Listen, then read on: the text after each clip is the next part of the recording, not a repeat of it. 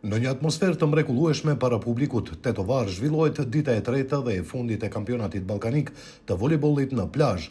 Në këtë garë morën pjesë 15 ekipe, 8 meshkuj dhe 7 femra.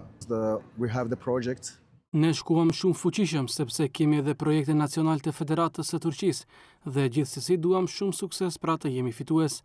Ne me ndeshjen e fundit përfunduam në vendin e parë dhe jemi të kënaqur që fituam edhe në gjysmë finale nga Moldavia dhe shkojmë për finale.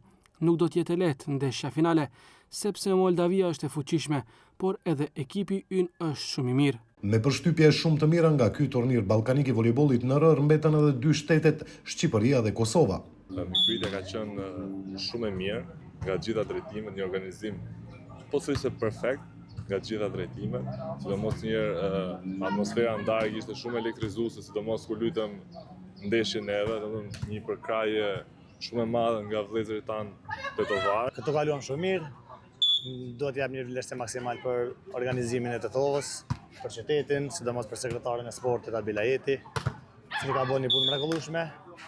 Për rezultate mund të themi që nuk jemi edhe të kënaqur, pasi nuk arritëm qëllimin që deshëm, ku përfunduam në vendin e 6.